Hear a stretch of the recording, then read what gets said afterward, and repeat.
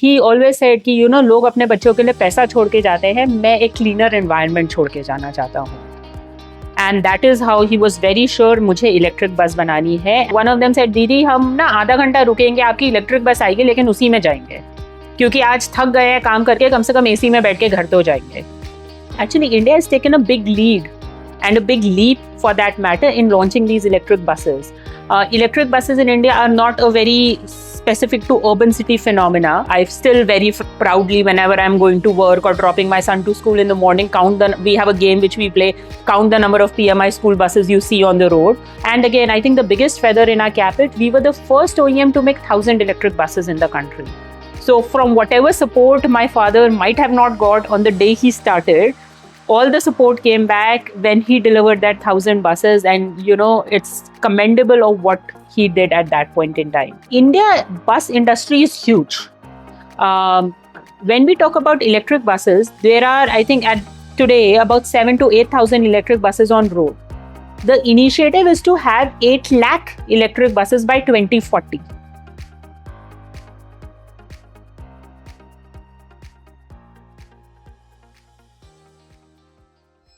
So hi, I'm Anshul Jain. I'm currently the CEO of PMI Electromobility. But ये जो PMI Electromobility की journey है, they did not come naturally to me. I took up a job in Boston. I started working as an economic consultant. Now, one thing our family is given is hard work.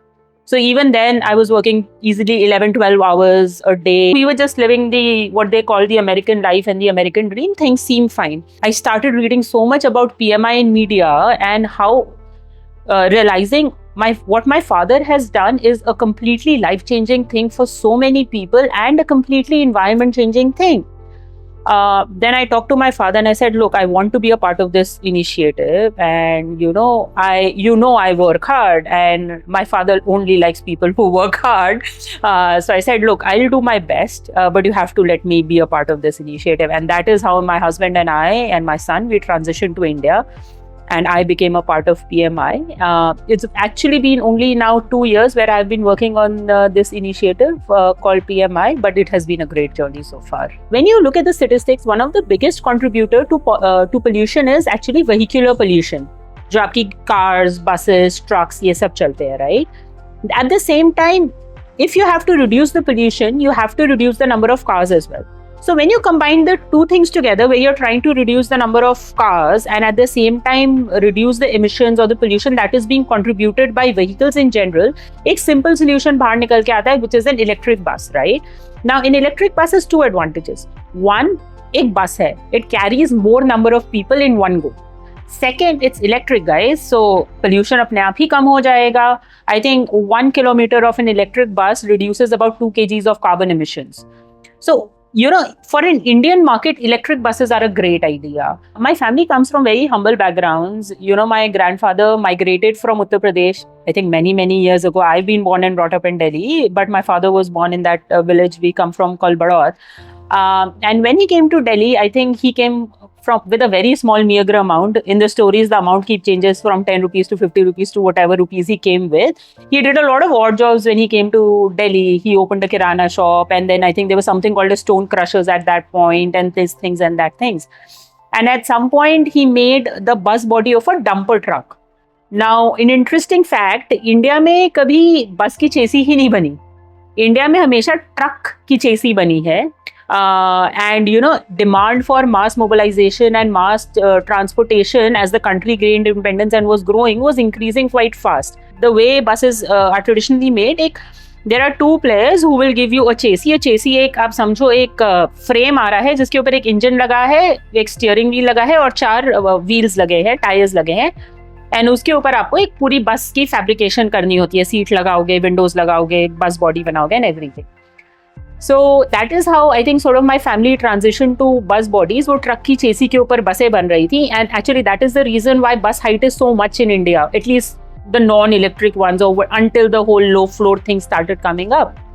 Initially we used to work for Tatas and Ashok Leylands, where they'll send us a chassis and we'll fabricate a bus around there. After a point, my father expanded to the private markets as well, where we would do buses for the transporters, so school buses and so on. And school buses are always special to his heart. He always said कि लोग अपने बच्चों के लिए पैसा छोड़ के जाते हैं, मैं एक cleaner environment छोड़ के जाना चाहता हूँ. And that is how he was very sure मुझे electric bus बनानी है. And I'll be very candid about this. He got no support from his family in this. We were still like, you've lived you've done a great work, great career, अब थोड़ा relax कर लो. That is what sort of retirement is for. And we were very successful in developing our first electric bus. We were the first OEM to get a substantial order of 700 buses in UP and deliver it successfully. And again, I think the biggest feather in our cap is we were the first OEM to make 1,000 electric buses in the country. So from whatever support my father might have not got on the day he started, all the support came back when he delivered that 1,000 buses. And, it's commendable of what he did at that point in time. I still very proudly, whenever I'm going to work or dropping my son to school in the morning, we have a game which we play, count the number of PMI school buses you see on the road. When you compare it to the global economy in general, actually India has taken a big lead and a big leap for that matter in launching these electric buses. Electric buses in India are not a very specific to urban city phenomena. Both for PMI and the electric, sometimes I say that the PMI growth story and the electric bus growth story in India kind of run parallel to each other. And they've been fueled by tier 2, tier 3 cities. जो पहली electric buses हमने चलाई थी, PMI ने चलाई थी, वो दिल्ली बॉम्बे में नहीं थी. वो थी tier 2 cities of UP, Rajkot in Gujarat, Nagpur in Maharashtra, and so on. And that is when it started trickling up to even bigger cities as well. So PMI electromobility started in 2017. From the first bus that we made in 2017, we've grown up to 1,700 electric buses on road, making us the second biggest OEM at this point in time across the country, where we have, traditional bigger players as well. And it has taken a lot of hard work, a lot of dedication to be where we are today. Again, when we talk about the number of employees, we had, I think, about 10-15 employees when we started. We've grown up to 2,000 employees, which includes both people who work in our corporate offices, our R&D team, our teams that are developing new products continuously, our drivers, our support staff, cleaners, washers. We are a very big PMI family now at this point. At least at PMI, we think of sustainability to have 3 pillars. अब एक तो काफी immediate है, which is going green, saving the environment and things like, what one normally relates to electric vehicles, which is also sort of a part of mission of the UN pillars of sustainability, that you have to reduce carbon emissions, things we talk about in COP28, COP29 and so on. And every country is trying to do its bit of reducing those carbon emissions. And, I must congratulate the leadership in India who've done a great job in putting this together and reducing the carbon emissions in the country by means of electric transportation and electric buses. The 2 other pillars at PMI we like to talk about is, for us, in electric bus has been sort of a poster child for equality as well. Now, as I said earlier, in India, electric bus started, that movement sort of more percolated in tier 2 cities. तो हम कहते हैं हमारा second pillar of sustainability है to reduce the rural-urban divide. क्योंकि ये electric buses जो होती हैं, they are state of the art. इनमें एयर कंडीशनिंग होती है, CCTV कैमराज होते हैं, रैम्स होती हैं, they are low floor. So the thing I was telling about कि इनिशियली ट्रक चेसी पे होती थी, आप चढ़ नहीं सकते थे. These are low floor, very comfortable to travel on, very comfortable to ride on, all are equipped by wheel chair ramps and so on. सो जो एक AC की नेसेसिटी होती है in summers in a lot of northern cities, वो didn't become only a thing for the rich anymore. In fact, we have one of our earlier buses are plying in Shimla, and Shimla summers are now as bad as, say, Delhi summers. And we were just interviewing some riders at some point in time, and one of them said, "दीदी, हम ना आधा घंटा रुकेंगे, आपकी electric bus आएगी, लेकिन उसी में जाएंगे, क्योंकि आज थक गए हैं काम करके, कम से कम AC में बैठ के घर तो जाएंगे." So these are the kind of thing we found to be very important when we are talking about sustainability, because sustainability is just not about, reducing carbon emissions. Sustainability, at least in my head, has a very broader definition. So I said one was, reduce emissions. Second was a rural-urban divide. Third, for me personally, it has been a gender movement, where when I'm talking about sustainability, I'm talking about giving an equal opportunity to everyone. When we started with our existing plant, which used to do traditional bus body building. And over time, we've added 2 new plants in PMI. both of them have been very focused on localization and are Make in India initiatives. We have done localization of almost all the key components that go into an electric bus. Some things that are not available in India, like electric bus, like battery cells, continue to be procured, of course. And those two new plants that we've done are state of the art plants. They are completely robotic. And one of the plants that we are very, very proud of is our battery manufacturing plant, which is an all women run plant. It's hats off how these women work very hard to make our battery packs that go in our buses. The leader of these plants is also a woman. And this is an initiative that's actually quite close to my heart. Being a woman myself, I see great potential in women. And, I always feel it is the responsibility of women to help their tribe to grow their kind and, provide more employment opportunities to more women.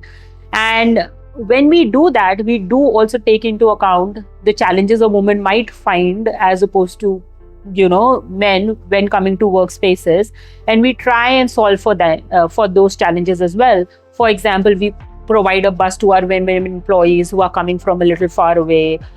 We are in the process of providing childcare facilities to our women who are coming to the plant and working in that environment. And so on. And we do make a conscious effort of hiring more women in whatever places we can. In fact, for our Delhi buses that are going to go on road soon, we've been training women to work as drivers. We provided them self-defense classes and so on. So every little step we can take to increase the employment opportunities for women, we are trying to do that. So PMI has a deep emphasis on R&D, right? Electric bus is essentially like a computer on wheels. What happens in an electric bus? You'll have a battery, you'll have a motor, you'll have a VCU, you have other components, BMS, that are interacting with each other through a software. So एक computer को जैसे आप better machine बनाने के लिए इतनी research लगती है, सेम एक इलेक्ट्रिक बस में होता है. And electric buses get so much data. Every move of that electric bus is being recorded, and you have to use all of data to make a better product. Especially, these buses initially, as we run them in different conditions, like our buses run in Leh Ladakh, they run in Kerala, they run in Rajkot, they run in the eastern Calcutta. So they are running across very different environments and climates. So we have to adapt our buses for different climates as well. One of the advantages of an electric bus over the traditional diesel buses is that the total cost of ownership is about 20 to 30% lower over a diesel bus. Now, electric buses का upfront capex high होता है. जब आप एक electric bus खरीदते हो शुरू में, और for that matter आप एक electric car भी खरीदो, उसकी upfront cost high होती है as opposed to a normal traditional diesel bus.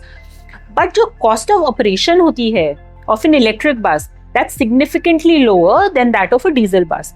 आप ठीक है, अगर आप एक country में या एज एन इंडिविजुअल आप ग्रीन इनिशिएटिव करना चाहते हो, अगर आपकी इकोनॉमिक्स और कॉस्ट ठीक नहीं बैठेगी, आप नहीं करो. As an individual, that there is only as much as you could care about the environment. Ultimately, for everyone, their money and pocket matters.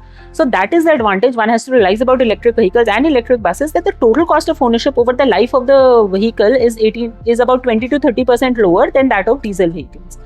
Now, what we are making at PMI, one of the big efforts we are making at PMI is how we can decrease the total cost of ownership even less.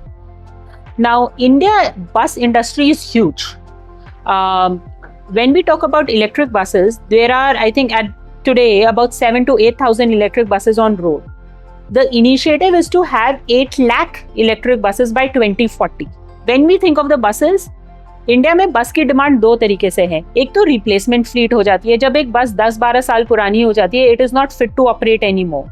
So a lot of replacement fleet that is coming across the country is being replaced by electric buses. Second, India is a growing country. The demand for public transportation is ever increasing. So there is a net new demand for buses in general. So we believe, over the next 2-3 years, we'll see these 7,000 buses to reach about 40-50,000 at least. And everyone's working very hard to reach at that goal of, 8 lakh buses by 2040. This is one segment I believe there is no shortage of demand. We as suppliers, there are only 5-6 suppliers who are making electric buses, are working hard on strengthening our supply chains, all the other things to be able to meet this growing demand.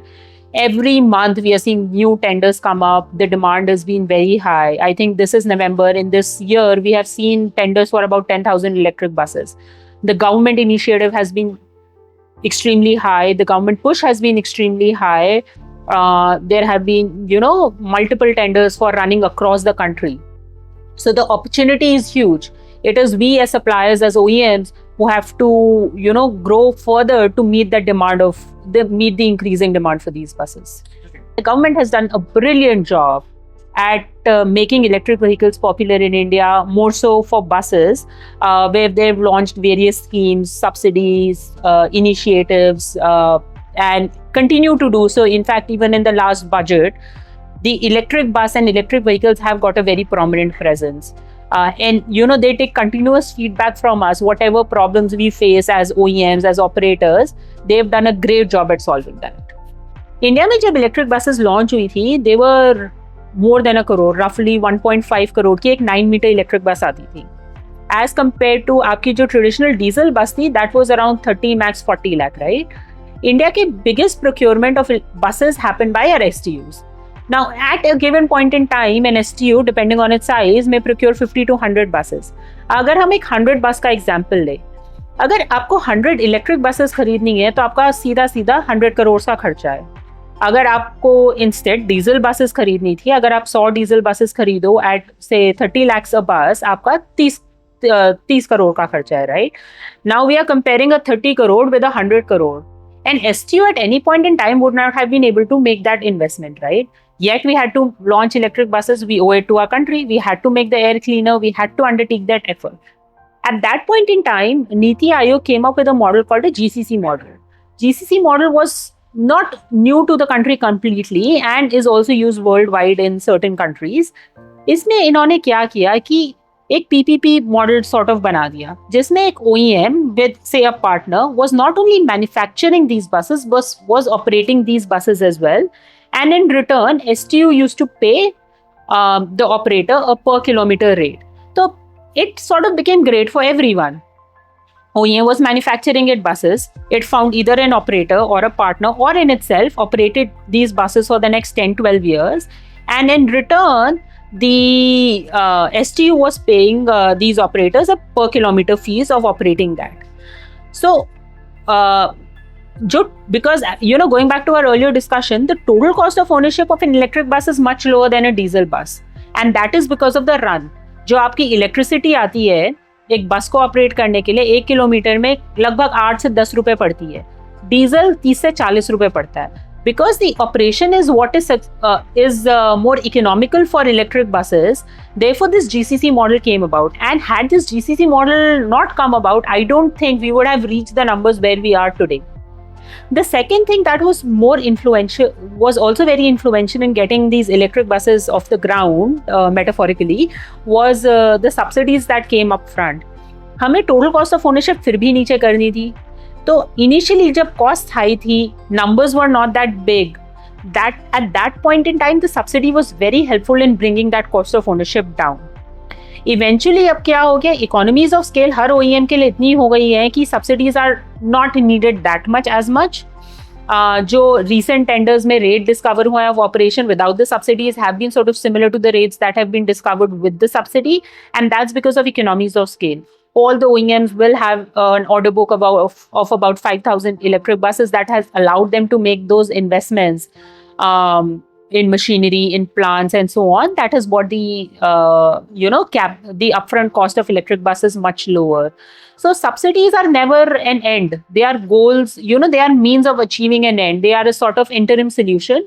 And at least when we talk about PMI, we could make those investments over time, which has brought that cost of ownership much down and have made an electric bus viable even without any subsidies anymore. Electric bus industry in India is still quite new. Even though I think we say it's 7 years old, if you think of any industry, 7 years is still a very young age. And we've grown at a rapid pace. It's been an exponential growth. When we think of challenges, right, like intra-city was an easier solution to solve for. आपके पास existing depots already थे. You could put your chargers and your electric infra there. You could plan your routes around that. The next thing, big next big thing we have to look and solve for is the intercity transportation, where you would want to go, say, from Delhi to Jaipur, and you want to go in an electric bus, because that's going to reduce our carbon emissions even further. अब उसके लिए, for an intercity to be a feasible product, we need a good electric infra network. We need electric chargers in the highways. We want to figure out if battery swapping is a popular, or is going to be we have to figure out if battery swapping is a feasible solution for that, and things like that. Because intracity, I feel like, is a good solved problem now. We have to solve for intercity. Next is, we still need to do a lot of R&D, which, say, at PMI we are doing. Think of leaner materials or alternate materials to bring the cost down. One big challenge is all our batteries require lithium and all our cells are being imported. So at this point in time, I think a lot of research needs to be done for alternate materials. India is aluminum rich. Can we do something with aluminum? How we can reduce our lithium burden on the country? That's another challenge that we'll continue to face in the coming years. How we decrease our lithium dependence outside. Supply chains are still developing, strengthening. I think we need more component suppliers in the country. As of now, a lot of OEMs have become their own component suppliers, just because, we had to do those localizations. We did that, but we would love to have more suppliers helping us around. For example, जैसे electric bus के motor suppliers एक है. We would love for that number to increase, say, from 1 to 5, to increase more competition, to increase the quality of products, and so on. PMI has grown quite at a fast pace. In the coming year, we want to be closing to at around 5,000 electric buses. That's the demand we face, and that's the supply we want to be able to offer.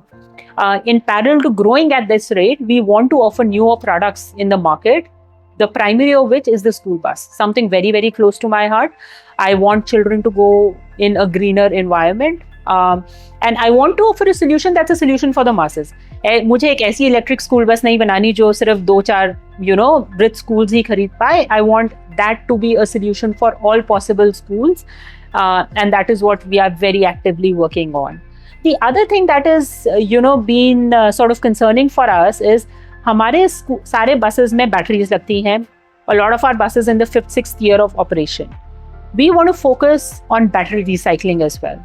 We want to make sure it is not maybe a solution that PMI does itself. Maybe we partner with somebody, but I want an end-to-end solution. कि जब ये batteries हमारी buses में 6th, 7th year में निकलेंगी, replace होंगी, they are still good.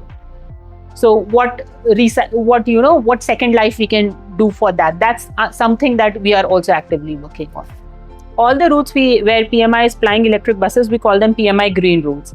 And over time, we want to increase the number of routes in which PMI buses are plying. As of now, it's very B2G focused, where almost all the electric buses that are applying for PMI are by the STUs.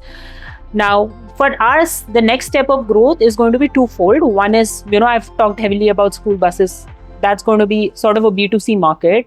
Again, I don't want to be very capitalistic about that market, again, because that's sort of a cause that I want to be a part of. The other big segment in India for electric buses tends to be private transportation. Your employee transport, your intercity buses, and so on. That's the segment I believe will open up in another year or so. We are seeing increased demand from those pockets as well. People are not getting that comfortable yet because the cost of ownership is still very high.